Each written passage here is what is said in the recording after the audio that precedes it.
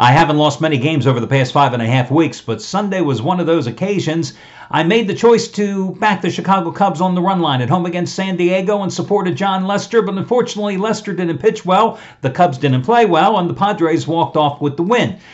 But the beautiful thing about playing a heavy favorite on the run line is you minimize your losses. And instead of losing big money, I lost, but only minus $1.10 because of my willingness to lay the 1.5 runs with the Cubs. Listen, one loss did not shake my confidence. It did not deter me from coming right back tonight, because the simple fact is today I'm going for winning day number 26 out of 38, and I'm once again raising the bar. And what do I mean by raising the bar to those of you that are newcomers? Listen, 99% of my plays are rated between 5 and 15 dimes, but today I've got another raise the bar 20 dime play, number 8 out of 11 since 2 Fridays ago. It's what I'm calling my bounce back game of the week. Not only for me, but for a team that lost on Sunday. I think they bounced back not only with the win, but on the road tonight as well. That's how much I like them. And just like all the other Raise the Bar 20 dime releases over the past week and a half, you get it for half price off by using coupon code RAISE, R-A-I-S-E is that coupon code. The other hot service here on the sites, props going out to Steve Buden's Cali Cartel.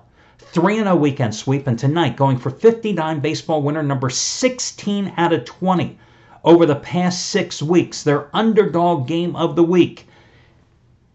Friday night, you got the Red Sox plus $1.20 over the Yankees. Saturday, Cleveland on the run line, 3-0 over the Angels. Sunday, yesterday, you got Oakland run line, 6-0 over Detroit. Tonight, underdog game of the week, you get that winner, just like all those others I just mentioned, for over half price off by using coupon code CALI, C-A-L-I, as they look for 50 dime winner number 16 out of 20.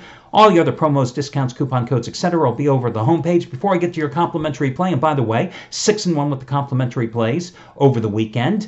After taking a split yesterday, cashing in with who was the winner yesterday. I can tell you who the loser was. It was on the Milwaukee Brewers. The winner was the Oakland A's on the run line. And the long-term run with them, 53-30 with the last 83. I've got a play on tonight's game between two hot teams at Coors Field, between the Rockies and the Pittsburgh Pirates, coming up in just a moment. But I thought, let's have some fun. It's Monday. It's a slow day. Let's talk about this day in history. First, in music, the Beatles had a little release in 1965. The United Kingdom version of Help was released on this date, again in 1965. Now remember, the UK version and the USA version, two different unique versions of this noted album. The Help version for the UK pressing was actually 7 songs on each side, 7 songs on side 1, all from the movie, including the song title of the same name, Help, and Ticket to Ride, the 2 big singles. Side 2 had 7 additional singles. The difference being the USA version, which I think was on Capitol Records, perhaps, a little before my time, but I think that's what it was. That version for the US mix had a number of instrumental pieces taken from the movie. Now, what happened to the other 7 songs that were on side 2 of the UK version? Well, 2 of them were actually included later on Rubber Soul. 2 were on the A-B side of a subsequent single and later were put on Yesterday and Today. And 3 were going to eventually be on Beatles 6. So that's where those songs all went. But interesting that on the second side of the UK pressing, there was a little song among those 7 that probably, no records are kept of this thing, but probably had the most covered song all time in music history. That little ditty called Yesterday by Mr. McCartney himself, or Sir Paul, shall we say. So that's a little interesting musical tidbit. It's interesting when you take a look at, I know it's kind of a morbid thing, but people, famous celebrities who were born on this day and passed away on this day. Lucille Ball, Lucy, was born on this day in 1911. Robert Mitchum, an actor that you either loved or you hated from the movies I've seen him in. I'm kind of in between. Born on this day in 1970. Andy Warhol, born on this day, 1928. Kind of find it interesting that a painter, avant-garde, born in Pittsburgh, doesn't quite match up. I don't know. And John Hughes, the director, the writer, Ferris Bueller, Breakfast Club, 16 Candles, Pretty in Pink, you know the deal. passed away on this day in 2009. Those are the fun things. But listen, the thing that takes precedence over all other, on this day, 1945, the atomic bomb dropped on Hiroshima at 8:16 Japanese time. 80,000 killed almost instantly as a direct result of the blast. Another 35,000 injured. Another 60,000 dead within a year because of the radiation fallout. Think of those numbers. Think of the terror in 1945. Just amazing numbers. 80,000 dead as a result of the blast, 35,000 injured, and another 60,000 dead because of the radiation fallout. And why did Harry Truman do it? Because he felt that if the war continued, the losses would even be more, and he thought this was the way to end it quickly. And it was a strategy that ultimately paid off. Little sidebar here. So as I was doing this research, this is not all stuff that I know right off the top of my head, obviously, I came across something interesting, that on the 25-year history of the bombing of Hiroshima, there was a Festival of Peace, a music concert held at Shea Stadium on August 6th in 1970. And it was a second event of a series. There was a winter festival held earlier at Madison Square Garden in New York, and this was the summer version of this Festival of Peace that was held at Shea Stadium outdoors. It was scheduled to run from 10 in the morning and 10 at night, but it ran over. And it was a free concert that was held, and ironically held again on the 25th year anniversary of the bombing of Hiroshima. It was advertised as the Summer Festival of Peace. There's very little media apparently surviving of this festival. It was a general mission type of thing, so it wasn't free. I take that back. It was general mission to get into the stadium to view it. It was designed to raise money for anti-war political candidates. Listen to this lineup.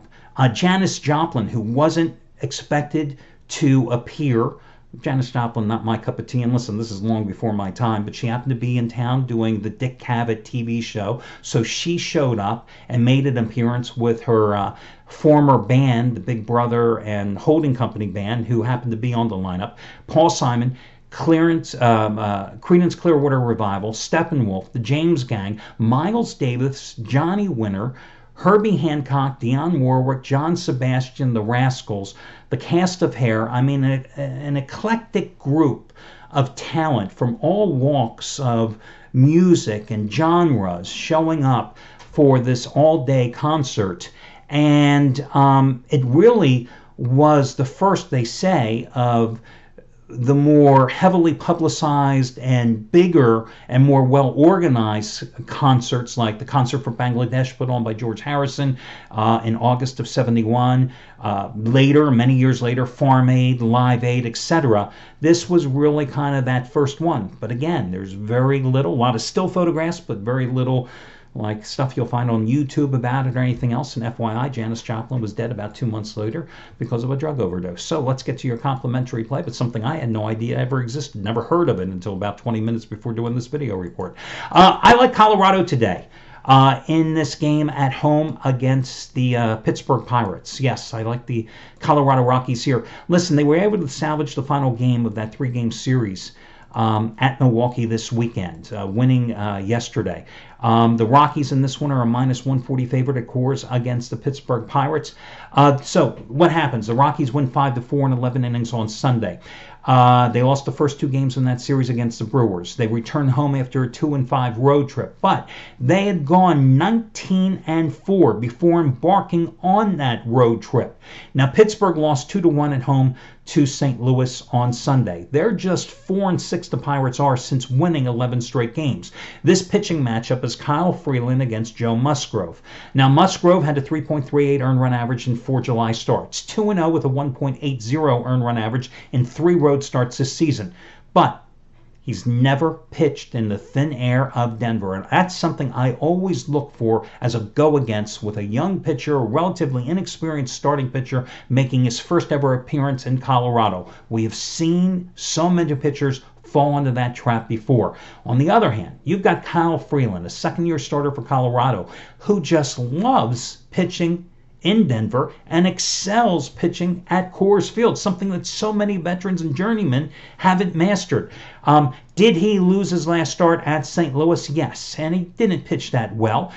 3 runs, 9 hits, and 6 1/3 innings. I say he didn't pitch well. I mean, he didn't pitch poorly either. But keep in mind, in his 8 starts prior to that outing at St. Louis last week, he was 3-0 with a 2.24 earned run average, and the the Rockies had won each of his previous 5 starts. In 9 Coors Field starts this season, he is 6-2 with a 2.45 earned run average. That's why I'm willing to back the Rockies as they come back home. Remember their last home series 2 weekends ago? They swept the Oakland A's and held the A's, a potent offensive team that had come into that series after a 4-game sweep of the Rangers in Arlington, in which they had scored like 48 runs. What did they do? They silenced the Oakland Bats in that 3-game sweep, held Oakland just 4 runs in that series. Freeland started that series with a great pitching performance 2 Fridays ago. I think he sets the tone for this series and homestand as well. That's why I'm willing to lay a little extra juice and take Colorado in this one for your complimentary play for Monday night. Good luck, everybody, and talk to you again on Tuesday when we do this again.